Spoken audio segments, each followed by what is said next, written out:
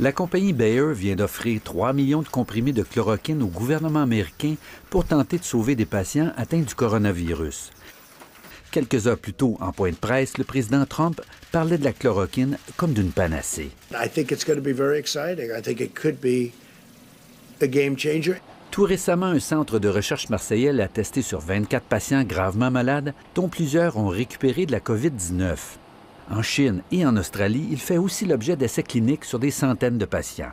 Et chez nous, on n'est pas en arrière de la parade. La chloroquine est rapportée comme étant très efficace. Dans certaines situations, mais elle ne peut pas être donnée à n'importe qui. Ce n'est pas un médicament spécifique comme tel. La nuance est importante. La chloroquine est un très vieux médicament anti-malaria découvert il y a 2 siècles. On a observé récemment que ce produit peut parfois réduire le nombre de virus qui circulent dans l'organisme d'un patient et donc favoriser sa guérison. Mais il n'a jamais fait l'objet d'une grande étude clinique.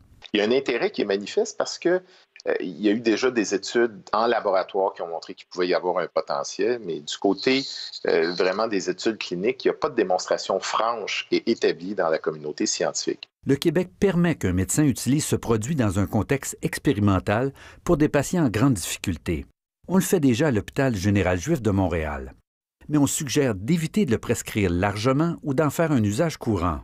Il y a des gens qui en ont même à la maison parce qu'ils auront voyagé puis on leur a donné ça en type de prévention pour une infection de malaria et qui peuvent se dire, ben mon Dieu, je vais l'utiliser puis ça va me rassurer.